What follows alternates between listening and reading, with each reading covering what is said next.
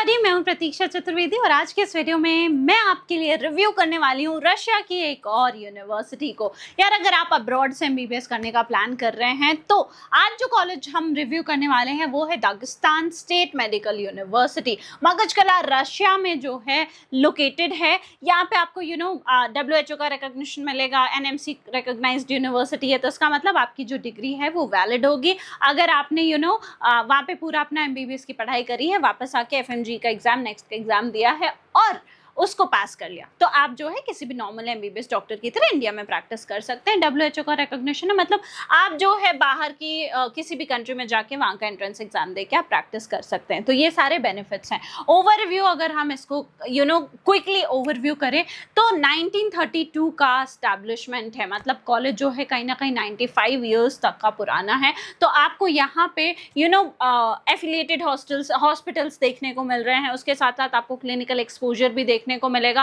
और इतनी लंबी लेगेसी अगर किसी की होती है तो इसका मतलब ये होता है कि काफ़ी ज़्यादा रिनाउंड होती है वो यूनिवर्सिटी। तो एफएमजी पासिंग रेशियो क्या है इसका, उसके साथ साथ आपके लिए सही है नहीं है, फीस क्या है, ये सारी बातें हम आगे करेंगे। तो वीडियो को बस आपको एंड तक देखना है। चलो, रशिया जैसी लोकेशन है, गवर्नमेंट यूनिवर्सिटी, ऑफकोर्स मैंने आपको बताया रशिया में अगर आप देख रहे हैं तो गवर्नमेंट यूनिवर्सिटी देखिए। बाकी जैसे अगर कोई और कंट्री, चलो मैं जॉर्जिया का एग्जाम्पल ले लेते हो, अगर जॉर्जिया वगैरह है तो वहाँ पे कुछ प्राइवेट यूनिवर्सिटीज हैं जहाँ पे 60+ % तक का एफएमजी पासिंग रेशियो भी है। तो अगर जानना चाहते हो कि आपके बजट, आपकी कंट्री प्रेफरेंस के हिसाब से, आपकी प्रोफाइल के हिसाब से आपके लिए कौन सी कंट्री सही है, कहाँ का एफएमजी रेशियो अच्छा है, कहाँ से गवर्नमेंट कॉलेजेस लेने, कहाँ से प्राइवेट यूनिवर्सिटीज टारगेट करनी है, आपके लिए कौन सी यूनिवर्सिटी सही है कौन सी कंट्री की, तो यार उसके लिए कुछ नहीं करना है, डिस्क्रिप्शन बॉक्स खोलो, वहाँ प्रोफाइल एनालिसिस फॉर्म है, या फिर सीधा डिस्क्रिप्शन बॉक्स में आपको हमारा व्हाट्सएप नंबर मिल जाएगा, उस पर व्हाट्सएप के थ्रू आप डायरेक्टली कनेक्ट कर सकते हैं। एमबीबीएस अब्रॉड रिलेटेड आपकी जो भी क्वेरीज हैं वो सॉल्व हो जा रही होंगी।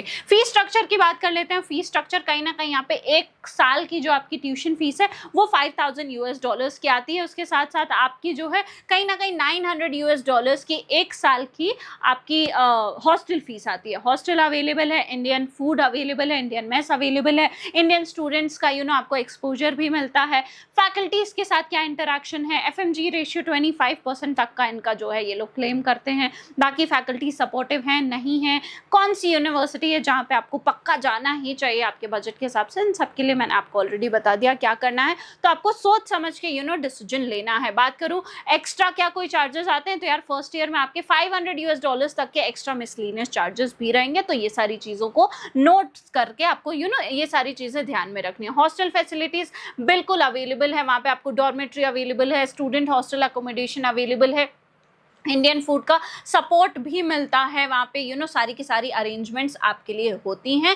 तो हर एकेडमिक ईयर जो है आप हॉस्टल चेंज भी कर सकते हैं। वो सारी चीज़ें जो है, जैसे आपने कैसा रूम लिया, आपने 3 सीटर लिया, 4 सीटर लिया है, तो वो नेक्स्ट ईयर अगर अवेलेबिलिटी है तो अवेलेबिलिटी के हिसाब से चेंज भी हो जाती है। तो परेशान होने की कोई भी बात नहीं है। ऑलराइट, एलिजिबिलिटी क्या है यार, नीट में आपने क्वालिफाई किया होगा। अगर आपने नीट क्वालिफाई किया है आप एलिजिबल हैं। अब नीट की एलिजिबिलिटी क्या होती है, जिस ईयर आपने जो है एग्जाम दिया है 17 आप होने चाहिए, 17 ईयर्स के। लेट्स से 31 अभी 2026 की अगर मैं बात करूं तो 31 दिसंबर 2026 तक अगर आप 17 ईयर्स के हैं तो आप जो है एलिजिबल हैं। मिनिमम एज रिक्वायरमेंट मैंने आपको बता दी, सारी चीज़ें हैं। बाकी रिकॉग्निशन भी मैंने आपको बता दिया। फैसिलिटीज़ की चलो बात कर लेते हैं। 4th ईयर से आपको एक्सपोजर भी देखने को मिलता है। रशिया में जो है आपको 4th ईयर से एक्सपोजर देखने को मिल जाएगा। उसके बाद इंटर्नशिप भी होती है। उसके साथ साथ आपको जो है लाइब्रेरी है, इंडियन फूड सपोर्ट है, सिमुलेशन सेंटर है, ऑडिटोरियम है, हॉस्टल है, क्लिनिकल ट्रेनिंग देखने को मिलती है, अच्छी रिसर्च लेबोरेटरीज हैं, स्पोर्ट्स कॉम्प्लेक्स है, ये सारी चीज़ें हैं।